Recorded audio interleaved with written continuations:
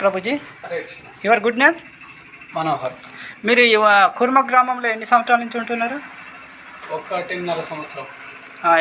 ఎలా మీరు ఎలా కనెక్ట్ అయ్యారు ఇక్కడ కుర్మ గ్రామం? ఇక్కడ అందరిలాగే నేను సోషల్ మీడియాలో చూసి ఇక్కడికి వచ్చాను, రావడం జరిగింది. అనుకోకుండా ఇక్కడికి వచ్చిన తర్వాత వాళ్ళు బాగా మంచిగా రిసీవ్ చేసుకున్నారు. రిసీవ్ చేసుకున్నాక ఈ లైఫ్ స్టైల్ నాకు బాగా నచ్చింది. ఇక్కడ రాకముందే కొంచెం ఈ లైఫ్ స్టైల్ నాకు బాగా ఇష్టం, కొంచెం ప్రాక్టీస్ చేశాను. ఇక్కడికి ఇది ఒక ప్రైవేట్ విలేజ్ అని అనుకునేవాడిని ఇక్కడ రాకముందు. ఇక్కడికి వచ్చిన తర్వాత ఇది ప్రైవేట్ విలేజ్ కాదు, అందరి కోసం మన అందరికీ కృష్ణ చైతన్యాన్ని పంచాలి అన్న ఉద్దేశంతో ఏర్పాటు చేసిందని నాకు ఇక్కడికి వచ్చాక తెలిసింది. ఇప్పుడు బయట ప్రపంచం కూడా చూశారు కదా మీరు.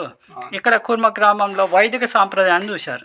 సరళ జీవనం, ఎలక్ట్రిసిటీ లేదు, కరెంటు లేదు, మామూలుగా ఫ్యాన్ లేదు, కూలర్ లేదు, ఫ్రిడ్జులు లేవు, టీవీలు లేవు, సెల్ ఫోన్ లేదు, ఏమి వాడకుండా సరళ జీవనం గడుపుతున్నారు. ఎలా అనిపించింది మీకు బయట జీవితం, ఇక్కడ జీవితం ఎలా అనిపించింది? దాదాపు ఒక 30 సంవత్సరాల కిందట, అంటే నా బాల్యంలో ఉన్నప్పుడు ఎలాంటి పరిస్థితులు ఉన్నాయో అంతకంటే అడ్వాన్స్డ్ లెవెల్ పరిస్థితులను ఇక్కడికి వచ్చిన తర్వాత చూశాను.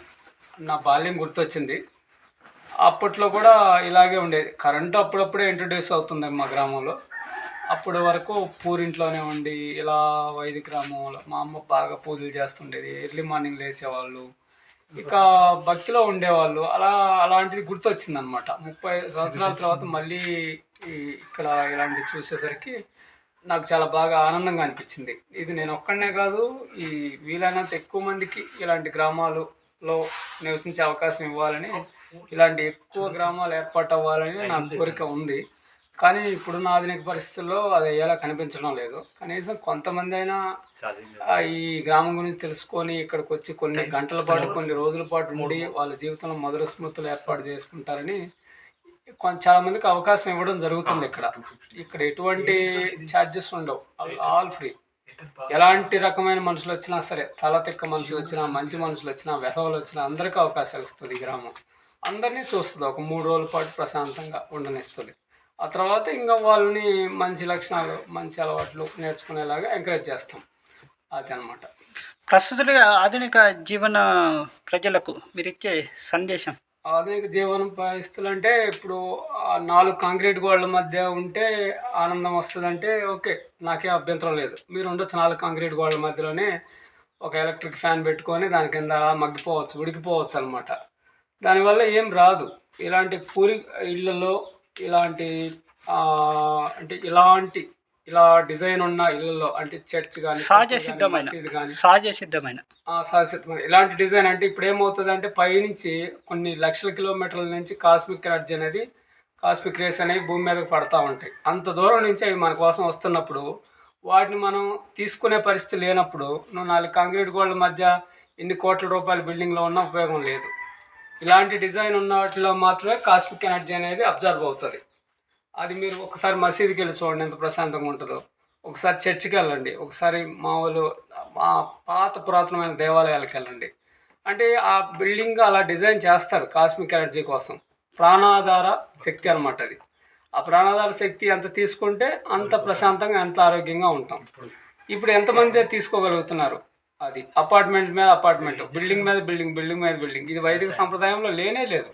ఒకటి పైన ఇంకొకటి నివసించడం అనేది వైదిక సంప్రదాయంలో లేదు. ఇప్పుడు మనం ఇరుకు సందుల్లో ఏర్పాటు చేసుకుంటున్నాం. అపార్ట్మెంట్ లివింగ్ లైఫ్ స్టైల్ మంచిది కానే కాదు. గ్రౌండ్ లెవెల్లోకి రావాలి, మట్టితో అనుబంధం ఉండాలి, చెట్లతో, జంతువులతో, అన్నిటితో అనుబంధం ఉండాలి. అప్పుడే మనిషి సంపూర్ణమైన జీవనం సాగిస్తాడు. ఇది సాధారణమైన విషయం కాదు. ఇక్కడికి రావడానికి చాలా కష్టపడుతున్నారు. ఇక్కడికి వచ్చిన తర్వాత కూడా ఉండటం లేదు. మేము అన్ని ఫెసిలిటీస్ ఇస్తున్నాం. సేవ టైం జస్ట్ రోజుకు 4 గంటల సేవ. బయట అయితే 12 గంటల సేపు బిజీగా తిరుగుతూ ఉంటారు. జస్ట్ 4 గంటల సేపు, మిగతా టైం ఒక 2 గంటల సేపు భగవంతుడితో గడుపుతాం. ఆ తర్వాత మిగతా క్లాసులు ఇవన్నీ ఉంటాయి, జపం, అన్నీ మనిషికి ఉపయోగపడేవి ఇక్కడ ఉంటుంది. అది కూడా వాళ్ళు అర్థం చేసుకోక, దాన్ని వంట పట్టించుకోక వెళ్ళిపోతూ ఉన్నారు. అది నాకు చాలా బాధేస్తుంది. ఇంకా ఒకటి, ఇలాంటి గ్రామాలు మరిన్ని ఏర్పడాలంటే ఇక్కడ ట్రైన్ అయ్యి ఇంకో దగ్గర ప్రయత్నం చేస్తే అవుతాయి. ఇక్కడ కనీసం ఒక 6 నెలలు కూడా ట్రైనింగ్ అవ్వకుండా వచ్చిన 2-3 రోజులకి వెళ్ళిపోవడం నాకు బాధ కలిగిస్తుంది.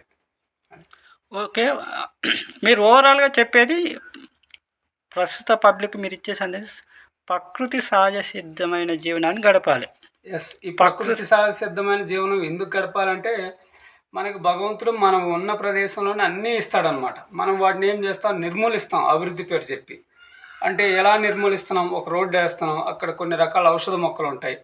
ఔషధ మొక్కల్లో మనం ఆటిలో మనకి ఏదైనా రుగ్మతలు ఉంటే ఆ మొక్కల మధ్యలో గుండా నడిచినప్పుడు వాటి నుంచి వచ్చే మైక్రో న్యూట్రియంట్స్ మన శరీరానికి అతుక్కుపోయి మన శరీరంలోకి అబ్జర్వ్ అయిపోయి మన శరీర రుగ్మతలు నయం చేస్తాయి అన్నమాట. ఇప్పుడు పెళ్లి కాని అంటే ప్రెగ్నెన్సీ రాని ఉమెన్ ఆడవాళ్ళు రావి చెట్టు చుట్టూ ప్రదక్షిణలు చేస్తుంటారు. ఎందుకు? రావి చెట్టు నుంచి మైక్రో న్యూట్రియంట్స్ అవి శరీరం లోపలికి వెళ్ళి మన జీవన క్రియను మెటబాలిజం రేట్ని పెంచి వాళ్ళ దానికి కావాల్సిన అన్ని మెటీరియల్స్ అన్నిటిని లోపల ఏర్పాటు చేస్తుంది అనమాట. అది ఒక ఉత్ప్రేరకం లాంటిది అనమాట. అలాంటి రావి చెట్టే కాదు, ఇలా ఇక్కడ కొన్ని వందల వేల వనమూలికల చెట్లు ఉన్నాయి. వాటి పేర్లు కూడా మనకు తెలియదు, మర్చిపోయి ఉంటాం.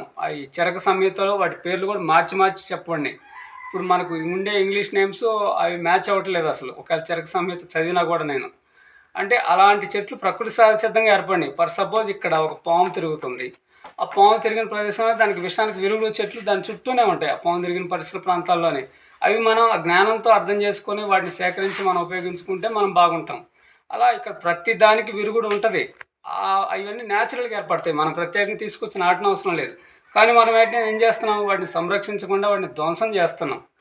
ఇక్కడ ఈ ధ్వంసం అనేది ఉంటుంది. ఎంత పర్సెంట్ అంటే మీరు 100% చేస్తే మేము ఒక 5 to 6% చేసి ఆపేస్తాం అనమాట. వాటికి గుర్తించి వాటికి కూడా మనం ప్లేస్ కేటాయిస్తాం అనమాట. ఇక్కడ ఆవులకి మనం ప్లేస్ ఇచ్చాం, ఇక్కడ రకరకాల పాకుడు జంతువులకు వాటికి స్పేస్ ఇచ్చాం, మనుషులకి స్పేస్ ఇచ్చాం. అలా లిమిటెడ్గా ఉంటుంది అనమాట. అన్నిటికీ అవకాశం ఇస్తాం ఇక్కడ మనం. అంటే ప్రకృతితో కలిసి జీవించడం అనేది చాలా గొప్ప విషయం. ఇక్కడ వాటర్ బావులు ఉంటాయి, ఈ చుట్టుపక్కల కొండలు ఉంటాయి. కొండల్లో 300 రకాల ఔషధ మొక్కలు ఉన్నాయి. వాటి పేర్లు కూడా ఇక్కడ ఎవరికి తెలియదు. మొక్కల్లో నుంచి ఆ వర్షం పడి వాటిలో నుంచి వచ్చిన నీళ్లు అవన్నీ ఇక్కడ ఈ బావిలోకి ఇంకుతాయి. ఎందుకంటే ఇక్కడ ఒండ్రు మట్టి నేలలు అనమాట. ఇది వాస్తవంగా మనకి నది కనిపించదు, కానీ ఇది నది పరివాహక ప్రాంతం. ఇది వంశధార నది పరివాహక ప్రాంతంలో ఈ ప్రాంతం ఉంది. గూగుల్ మ్యాప్లో మీరు చూస్తే క్లియర్గా దీనికి కనీసం 2.5 కిలోమీటర్ దూరంలో నది కనపడుతుంది అనమాట. అంటే ఆ నది నుంచి వచ్చే ఊట ప్లస్ ఈ కొండల నుంచి వచ్చే వనమూలికలు కలిసిన నీళ్లు, ఈ రెండు కలిసి ఈ బావిలో వస్తాయి అనమాట. ఈ బావిలో ఆల్కలీ ఇండెక్స్ దాదాపు 550 ఉంది. యాక్చువల్గా ఉండాల్సింది మంచి నీళ్ళు అనుకుంటే 300 ఉంటుంది. అంటే ఇంత హై ఆల్కలైన్ ఇండెక్స్ ఉన్న వాటర్ని మేము తీసుకోవడం వల్ల ఇక్కడ మనకి అనేక రకాలైన రుగ్మతలన్నీ సహసిద్ధంగా పోతాయి. అంటే గతంలో ఇక్కడ రాకముందు మన శరీరం ధ్వంసం అయిపోయి ఉంటుంది, బీపీ, షుగరు, రకరకాల జబ్బులు. అవి ఉపశమనం లభిస్తుంది తప్ప వాటిని పూర్తిగా తగ్గించలేదు. కానీ ఈ నీళ్లు చిన్న వయసు నుంచి మనం తాగడం వల్ల మనకి బయట నుంచి వచ్చే రుగ్మతలు ఏం రావు అనమాట. సెల్ఫ్ ఇమ్యూనిటీ అనేది ఆటోమేటిక్గా డెవలప్ అవుతుంది. అది ఓకే ప్రభుజీ, హరే కృష్ణ. హరే కృష్ణ. ఒకసారి పబ్లిక్ కోసం హరే కృష్ణ మంత్రం చెప్పండి. ఈ హరే కృష్ణ మంత్రం నేను చెప్పగలిగే ప్రజల కోసం స్థాయిలో లేను. ప్రజలందరూ బాగుండాలని ఒకసారి అది మీరు నిజంగా మా గురువుల ద్వారా వినాలి అనుకుంటే, ఉన్నతమైన శుద్ధ భక్తుల ద్వారా వినాలని అనుకుంటే దయచేసి మీరు కూర్మ గ్రామానికి రండి. వచ్చి నేను చెప్పేది నిజమా కాదా అని ముందు పరిశీలించండి. ఆ తర్వాత నేను అబద్ధం చెప్పుంటే నాతో ఆర్గ్యూ చేయండి. దాన్ని కూడా వీడియో తీసుకొని సోషల్ మీడియాలో పెట్టండి. ఇది నేను 100% చెప్పింది నేను ఇదంతా నిజం. అంటే ఈ గ్రామం ఆ ప్రచారం కోసం ఇది ఏది నేను మాట్లాడలేదు. ఇప్పుడు నేను యాక్చువల్గా సేవ టైంలో ఉన్నాను. ఇలాంటి గెటప్లో ఉన్నానంటే నేను అర్థం చేసుకోవచ్చు. నా మనసులో ఉన్నది నేను చెప్పాను. అలాగే మీ మనసులో ఏమనిపిస్తుందో మీరు ఈయనకి కామెంట్ చేయండి. సేమ్ టైం ఈ గ్రామం కోసం యూట్యూబ్లో సెర్చ్ చేయండి. మీ టైంని ఈ కూర్మ గ్రామం కోసం మీరు కొంత సమయం మీరు కేటాయించారంటే మీరు భగవంతుడికి చేరువవుతున్నారు. మీరు భగవంతుడికి చేరువయ్యారనుకోండి, మీలో మంచి లక్షణాలు, మీరు సత్వగుణం అనేది పెంపొందుతూ ఉంటుంది. ఆ సత్వగుణం అనేది మీతో పాటుగా మీ చుట్టూ ఉన్న వాళ్ళకు కూడా మీ ద్వారా వైబ్రేషన్ అవుతూ ఉంటుంది. అంటే దీనివల్ల మీ చూసే వాళ్ళతో పాటు మీ చుట్టుపక్కల ఉన్న వాళ్ళు కూడా బాగుపడతారనమాట. ఎప్పుడైతే కూర్మ గ్రామం గురించి ఆలోచిస్తారో అప్పుడు మీరు భక్తిలో ఒక అడుగు ముందేసినట్టే అనమాట. మీకు తెలియకుండానే మీరు భక్తులు అవుతున్నారు అనమాట. అంటే ఈరోజు నేను మాట్లాడాను, రేపు మీరు నాకంటే ఎక్కువ సమయం భగవంతుడి గురించి, ఈ గ్రామం గురించి మాట్లాడే అవకాశం మీకు వస్తుంది. అప్పుడు మీరు చాలా ఆనందపడతారనమాట. చూస్తూ ఉండండి, మీలో కొంతమంది కనీసం ఒక 2-3 కూర్మ గ్రామానికి వస్తారు ఈ వీడియో చూసిన వాళ్ళు. హరే కృష్ణ. హరే కృష్ణ.